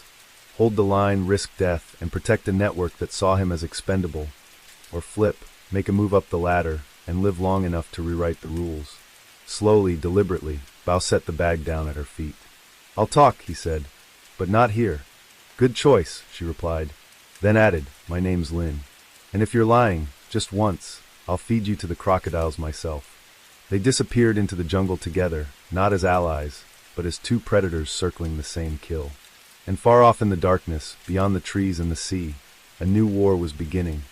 One not just of drugs or territory, but of control over the very shadows that ruled Southeast Asia in 2007. They didn't return to the town. Bao took Lin northeast, into a crumbling French-era guest house in Kampot, one of his few safe houses outside the reach of Sihanoukville's syndicates. The building was old, the kind with moss on the tiles and faded red shutters that groaned in the sea wind, and it hadn't seen a paying guest in months. Bao had used it for years to stash goods or wait out police raids. Lin didn't ask questions. She moved through the place like a ghost, never glancing twice at the mold or the mildew. Only after Bao bolted the doors and drew the curtains did he speak. "The shipment came from Da Nang, but the supplier isn't Vietnamese. He's Chinese, or at least backed by them. The Red Lotus is being produced in special labs along the Lao border, places too remote for any government to bother." Lynn sat on the edge of a broken armchair, resting her pistol on one knee. Her sunglasses were gone now, revealing sharp eyes that missed nothing. Who's the name behind it? I don't know his real name. Everyone calls him the pharmacist. He doesn't appear in person. He uses brokers, mules, encrypted phone calls. But he's not small time. His product is moving fast, from Krabi to Bangkok to Singapore. I think even the Singaporean triads are testing samples now. Lynn's expression didn't change, but Bao sensed something in her posture, a subtle shift like recognition. He's not new, she said finally. We chased him once. I thought he was dead. So why Cambodia? Because this country is open ground, Bao said. No one controls everything. It's neutral, easy to bribe police, easy to move people. She leaned forward. You said shipment. That means more is coming. Yes, 5 more kilos by the end of the month. Then a full batch, 20 maybe 30, before Khmer New Year. They're going to flood the coast, hook the tourists, and disappear before anyone notices. Lynn stood. Then we don't have much time. But Bao had doubts. You're not from the UN. Not Interpol. Who are you really? She looked at him for a long second before answering. I used to work for an ASEAN drug intelligence task force. Years ago. We were dismantled, budget cuts, politics, corruption. After that, I went private. I track syndicates, disrupt labs, disappear before the news catches up. You could say I freelance for order. And the pharmacist? He trafficked children before he made chemicals. I was too slow back then. I don't plan to be this time. Bao exhaled, the air heavy with the scent of mildew and rust. You'll need help. She didn't answer. But Bao knew she wouldn't turn him away now. They were in this together, whether they trusted each other or not. He was the only one who knew the drop points, the middlemen, the corrupt officials who would keep the Red Lotus moving unless someone stopped them. For the next 2 days, they stayed in the house, plotting routes, reviewing maps, tracking phone numbers and faces. Bao handed over a list of names, customs agents, port officials, drivers, each one a cog in the invisible wheel. Lynn marked a red circle over each and said nothing, but Bao saw the calculation behind her eyes. She wasn't just planning a raid. She was preparing for a purge. On the 3rd night, the power cut out. Bao's hand reached for the Tokarev before he even rose. Lynn was already moving, gun drawn, pressed against the wall. A faint sound echoed down the stairwell. Boots, maybe 2 pairs, maybe 3. Bao gestured toward the back window, but Lynn shook her head. They'll be watching the alley. So they waited, crouched in the darkness, hearts beating in unison. The door creaked open downstairs. Someone entered. Heavy steps, deliberate. Then silence. Lynn mouthed a word. Fire? Bao nodded. The gunfight lasted 6 seconds. 3 men died in the hall, one with a shotgun, the others with machetes. Bao took a graze to his shoulder. Lynn's shot was clean, center mass, no hesitation. Afterward, Bao checked their bodies. No ID, no phones. Just a tattoo on one forearm, a red lotus in bloom. They know I talked, Bao said.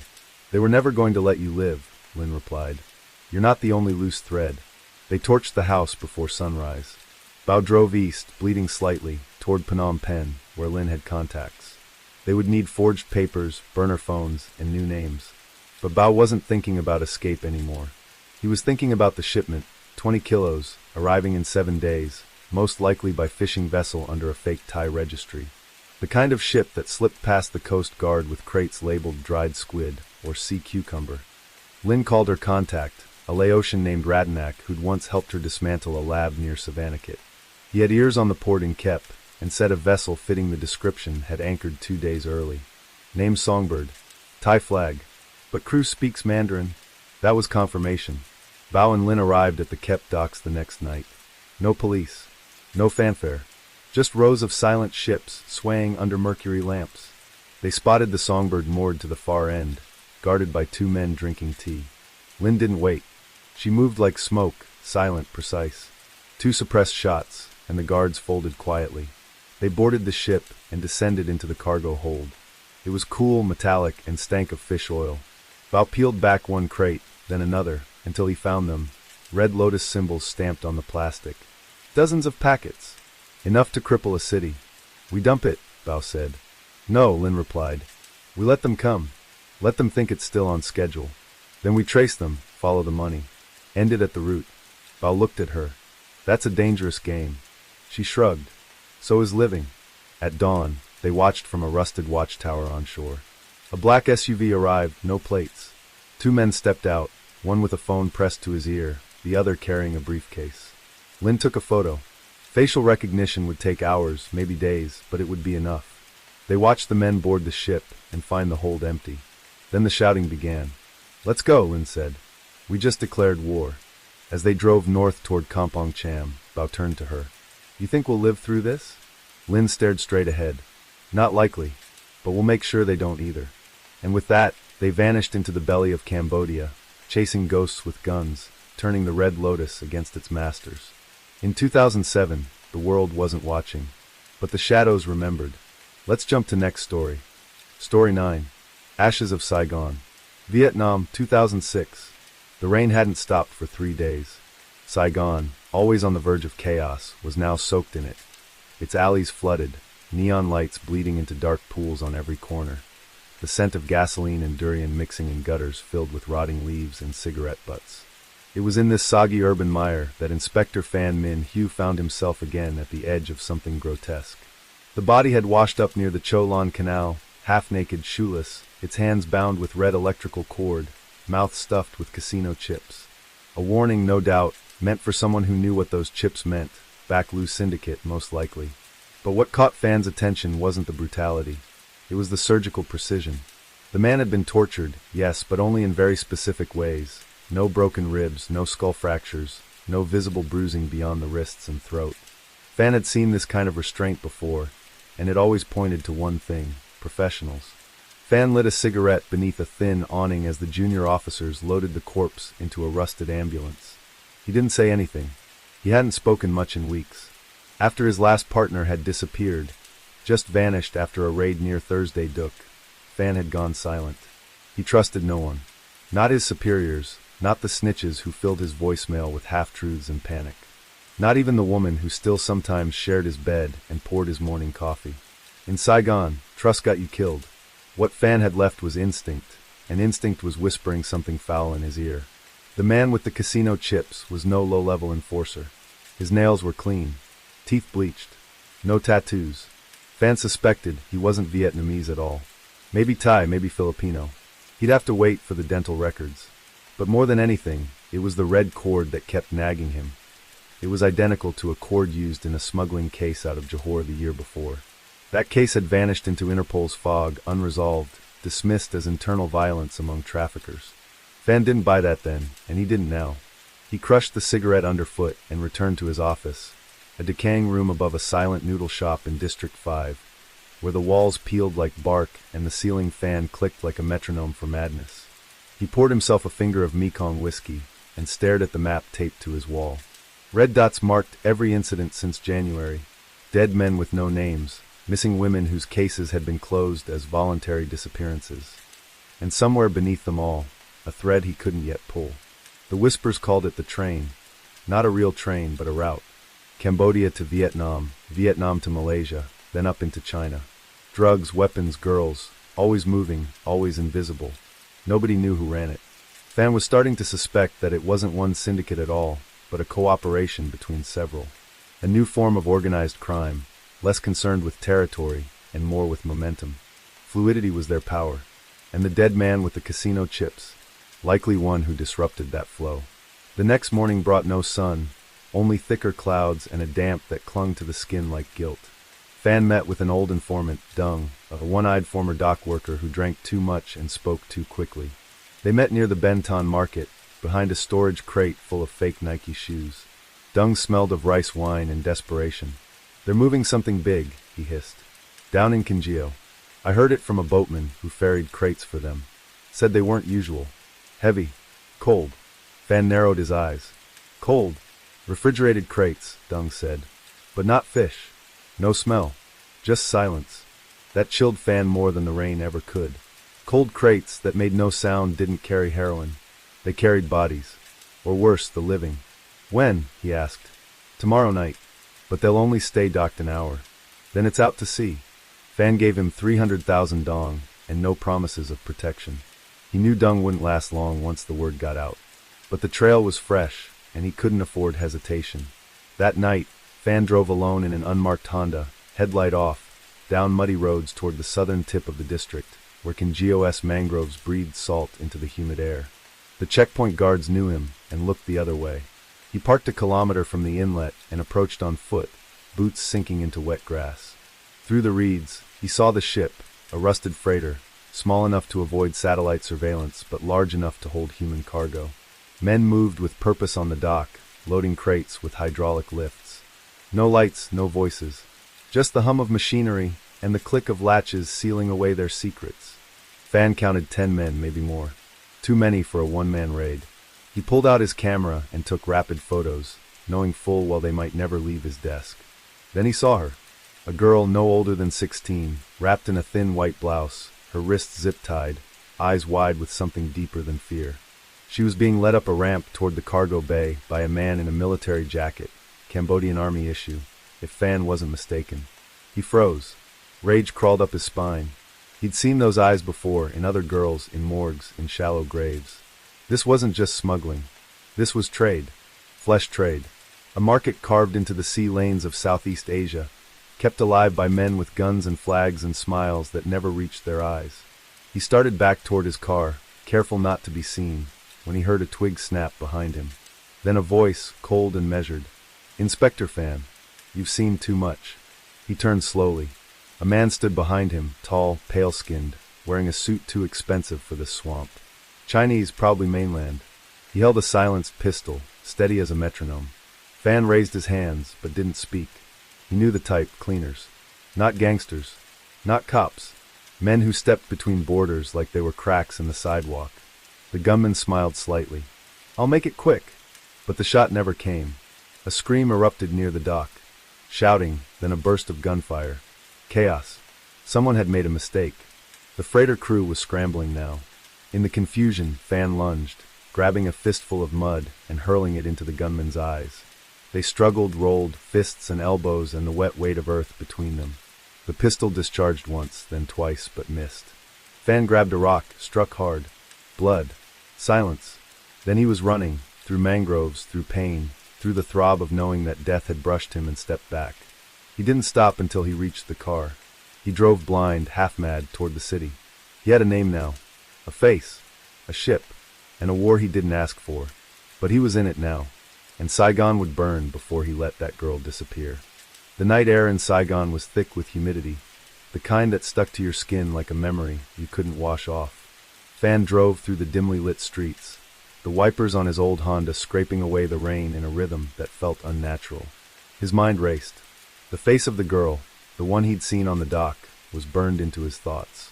He couldn't afford to let her slip away into the system, not like so many others. This wasn't just a human trafficking ring he was dealing with, it was something larger. There were powerful players behind this operation, the kind who would stop at nothing to maintain their grip on the underground market of stolen lives. If he was going to stop it, he needed more than just luck.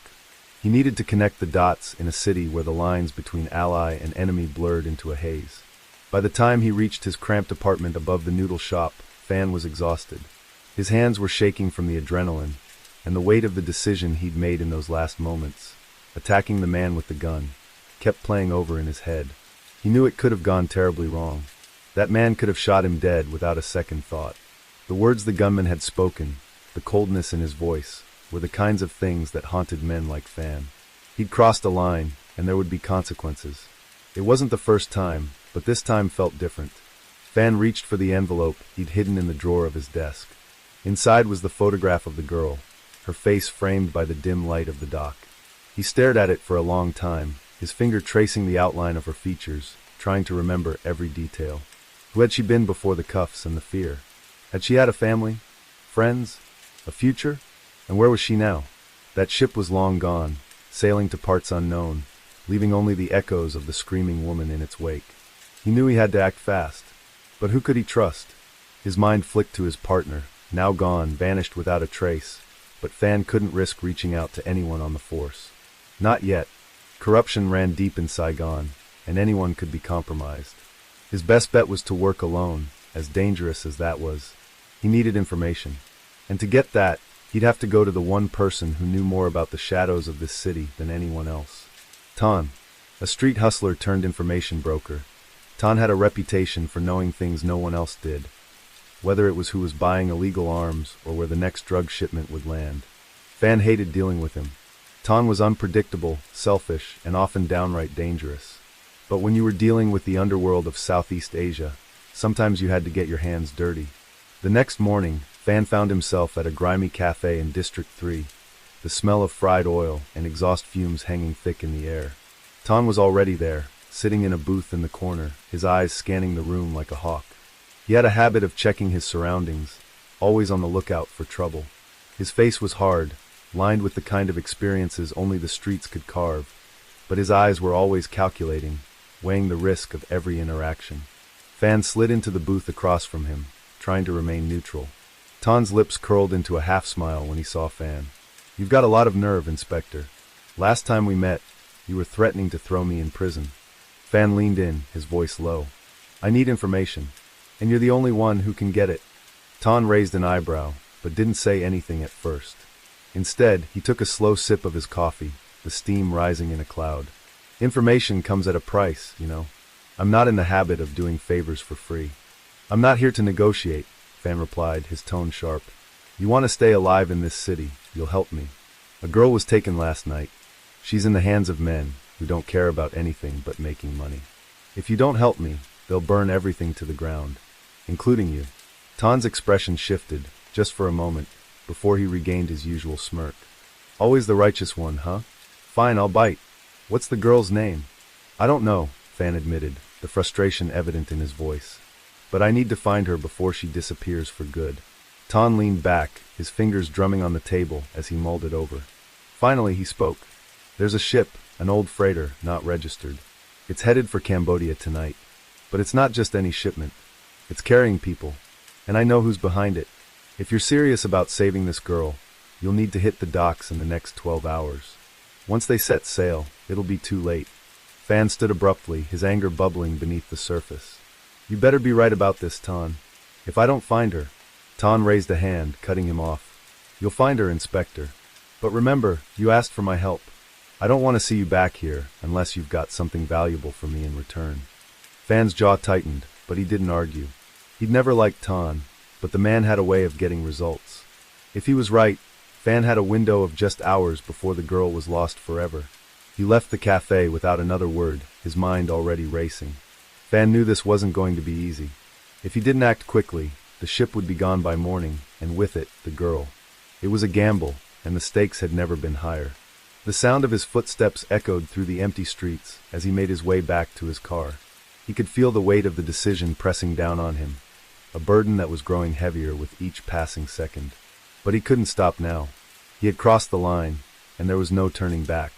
The game had changed, and Fan was no longer just a cop chasing criminals. He was a man on a mission to stop an empire of human suffering, and he was going to burn it to the ground if it was the last thing he did. Let's jump to next story. Story 10. Southeast Asia, 2005.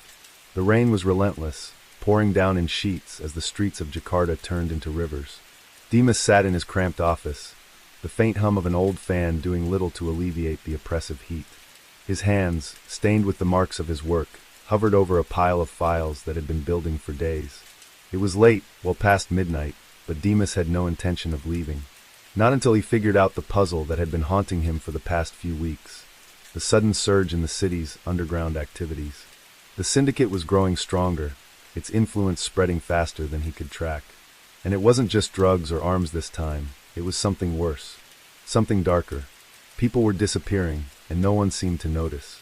Dimas was a detective with the Jakarta police, a man who had seen it all. The petty criminals, the street gangs, the underworld of vice. But this was different. The missing people weren't just the usual runaways or addicts. They were professionals, teachers, lawyers, engineers, people who had something to lose, who had a life, a future. Something about that made the case personal for Dimas. It wasn't just about solving a crime anymore. It was about exposing a network that went beyond the usual suspects, a network with reach into the highest levels of the city's power. The file in front of him contained the names of the missing, all of them seemingly unrelated, yet with one crucial link. Each one had connections to a man named Hendra Wijaya, a businessman with a reputation for playing both sides of the law. On the surface, Hendra was clean, a philanthropist, a supporter of the arts, and a respected member of the community. But beneath the facade, Demas knew the truth. Hendra was the type who played the game with no rules, a man who had a hand in almost every illegal operation in the city. From smuggling to human trafficking, he had mastered the art of staying under the radar, and for years, Demas had been trying to bring him down. But now the stakes were higher. The missing people weren't just disappearing, they were being erased. The city's streets were filled with whispers of a new, ruthless cartel operating in the shadows, and Demas had reason to believe Hendra was at the center of it all. He pushed the files aside and grabbed his phone, dialing the number of his informant, a man named Rudy, who worked in the city's criminal underworld. Rudy was a small-time dealer who knew everyone. He had survived by being in the right place at the right time, always keeping his distance from the real danger, but Demas trusted him. The call rang several times before Rudy finally picked up. Demas, Rudy's voice was low-guarded. "What do you want?" "I need information on Hendra Wijaya," Demas said without preamble. "And I need it now." There was a long pause on the other end of the line. Demas could hear the faint sound of traffic in the background, the muffled hum of the city's nightlife. "Are you sure you want to go down that road?" Rudy asked, his tone cautious. "Hendra's not someone you mess with. The people he works with, they'll come after you." "I don't have a choice," Demas replied, the resolve in his voice unmistakable. "People are disappearing, and I think he's involved. I need to know who he's working with, what he's planning. You know the city, Rudy. If you can't help me, no one can." There was another long pause, and then Rudy sighed, his voice softer. "All right, I'll find out what I can. But I'm not sticking my neck out for you, Demas. You want to take down Hendra? You do it yourself. I'm just giving you the tools." "Fair enough," Demas said, his mind already turning over the possibilities. "I'll be in touch." He hung up the phone and leaned back in his chair, rubbing his temples. The city outside was alive, full of noise and energy, but it felt far away. He was caught in a web, and the more he dug, the more he realized how deep it went. Hendra's empire wasn't just about power or money, it was about control. The people disappearing were part of a larger plan, one that Demas couldn't yet see. And if he didn't act soon, the plan would come to fruition, and there would be no stopping it. The phone rang again, breaking his concentration. It was Rudy. "Demas," Rudy said urgently, "I've got something. It's not much, but it's a start. Hendra's been moving a lot of people recently, and I think I know where they're going. A warehouse near the docks. It's been quiet, but there's always activity around midnight. You should check it out." Demas felt a chill run down his spine. This was it, the lead he'd been waiting for. If Rudy was right, then the warehouse was a hub, a place where the missing people were being held. He grabbed his coat and left the office, his heart pounding in his chest. He didn't know what he would find, but he couldn't back down now. The night was thick with rain as he drove through the empty streets of Jakarta, the city's neon lights flickering in the distance. The sounds of the city seemed muffled as he focused on the road ahead, his thoughts racing. The warehouse was just a few kilometers from the docks, a part of the city known for its dark corners and forgotten spaces. It was the perfect place for something like this to happen, out of sight, out of mind. When he arrived, the area was quiet, eerily so. The warehouse loomed ahead, its windows dark, the large doors closed and locked. Demas parked his car a few blocks away and approached on foot, his senses heightened. Every creak of the building, every rustle in the shadows, felt like a warning. But there was no turning back now. He had come too far to stop. He slipped through a side gate and crouched low as he moved closer to the warehouse. Through the cracks in the building's exterior, he could see movement inside. Figures walking, talking, the soft glow of lamps casting long shadows. His heart raced as he inched closer, trying to make out what was happening. It was then that he heard it, a scream, muffled but unmistakable, coming from deep within the warehouse. It was a woman's voice. Demas's instincts kicked in. This was it. This was the moment that could make or break everything. Without thinking, he pulled his gun from its holster and moved toward the sound. The scream echoed through the rain-soaked night, slicing through the otherwise oppressive silence of the warehouse. Demas's pulse quickened as he crouched low, trying to blend into the shadows. His mind was racing, adrenaline pumping through his veins.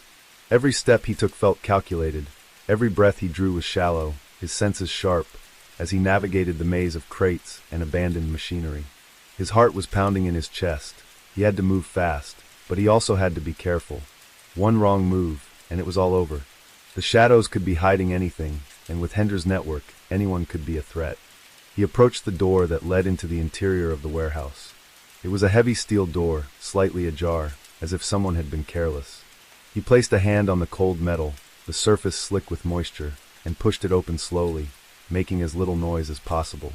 On the other side, the sounds of muffled conversations and movement filled the air. Demas squinted into the dim light that filtered in from overhead. It wasn't just a warehouse. This place was set up for something far darker. The stench of sweat and fear mingled with the acrid scent of chemicals, a suffocating cocktail that made Demas's stomach churn. His eyes darted from shadow to shadow, looking for anything out of place. There were several people inside, most of them wearing nondescript clothing, their faces obscured by the darkness. But one thing stood out to Demas. There were cages, metal enclosures stacked in the back of the warehouse. Inside them were people, faces pressed against the bars, their eyes wide with terror, their bodies thin and bruised. His stomach sank. He had found them. As he moved further into the warehouse, trying to keep his presence unnoticed, a pair of guards appeared, walking toward him from the far side of the room. They were armed, their heavy boots echoing on the concrete floor. Demas flattened himself against the wall, holding his breath as they passed. His fingers tightened around his gun, the weight of it comforting. He needed to gather more information, but rushing in without a plan would be foolish. He couldn't take them all on by himself. His mind raced as he surveyed the area. There were crates stacked high along the walls, blocking the view of a large section of the warehouse. If he could reach the far end, he might be able to find a way to gather more intel, to figure out what they were really doing here. Then, as if on cue, the sound of footsteps behind him froze him in place. A figure was moving toward him, its silhouette cutting through the dim light. Demas tensed, instinct telling him to act before he was discovered. But the figure wasn't one of the guards. It was someone else, someone familiar. Demas, a voice whispered urgently, low and strained. It was Rudy. Demas couldn't believe his eyes. Rudy, his informant, standing in the middle of the warehouse, seemingly out of place. His eyes darted nervously around, clearly aware of the danger they were in. But there was something more in his expression, something that made Demas pause. Fear. Rudy wasn't afraid of the police. He had always been cautious, but never scared. Something had changed. Rudy? Demas whispered back, stepping toward him as quietly as possible. What are you doing here? I thought you were supposed to stay out of this. I couldn't just sit back, Demas, Rudy replied, his voice trembling. I didn't know who else to trust. They've been watching me. They know I've been talking to you. If I didn't come, they would have found me first. Demas's mind raced. The situation was worse than he'd thought. Rudy had always been a street-smart survivor, but now he was in over his head, and it was clear that whoever was behind this operation wasn't just some small-time gang. They were ruthless. And now, they had their eyes on Rudy. I'm glad you came, Demas said quietly, keeping his voice even. But we need to get out of here, Rudy. It's not safe. I don't think that's going to happen, Demas, Rudy replied, his eyes flicking nervously toward the back of the warehouse. They're moving the people soon. And I overheard something. They're not just smuggling them out of the country. They're selling them. It's a whole operation. And it's bigger than just Hendra. I think they're involved with someone higher up. Someone in the government. The revelation hit Demas like a punch to the gut. He had known Hendra was dangerous, but this was something else entirely. The syndicate had government ties, and they had been operating under the radar for years. This wasn't just about one man's greed. It was about control, power, a system that had infiltrated the very fabric of society. Do you know who? Demas asked, his voice tight with urgency. Rudy hesitated, glancing around nervously. I don't know for sure, but I heard them mention a name, Lieutenant Colonel Surya. He's in charge of security for the docks, and I think he's been helping them move the cargo. You'll need more than a badge to take him down. Demas's mind was already working overtime, processing the new information. Surya. The name was familiar. He had heard rumors about the man, whispers of corruption, of him turning a blind eye to illegal activities at the docks. But this was a whole new level. He needed to gather proof, to expose the operation before it spread any further. And he needed to do it fast. Rudy's face was pale, his lips trembling. They're coming for me, Demas. I know it. I've been helping you, but I can't stay here. If they catch me... Get out of here, Rudy, Demas said firmly, his eyes scanning the room for any signs of movement. Go now. I'll handle this. Without another word, Rudy disappeared into the shadows, his footsteps fading into the distance. Demas took a deep breath, steeling himself for what was to come. He had a plan now, but it wouldn't be easy. The odds were stacked against him, but he couldn't walk away. Too many lives were at stake. The truth had to come out. The criminal empire had to be exposed. As Demas moved further into the warehouse, he could hear the voices growing louder. He was getting closer to the heart of the operation. His hand tightened around his gun, and his jaw set in determination. He wasn't leaving until he had the answers he came for, no matter the cost.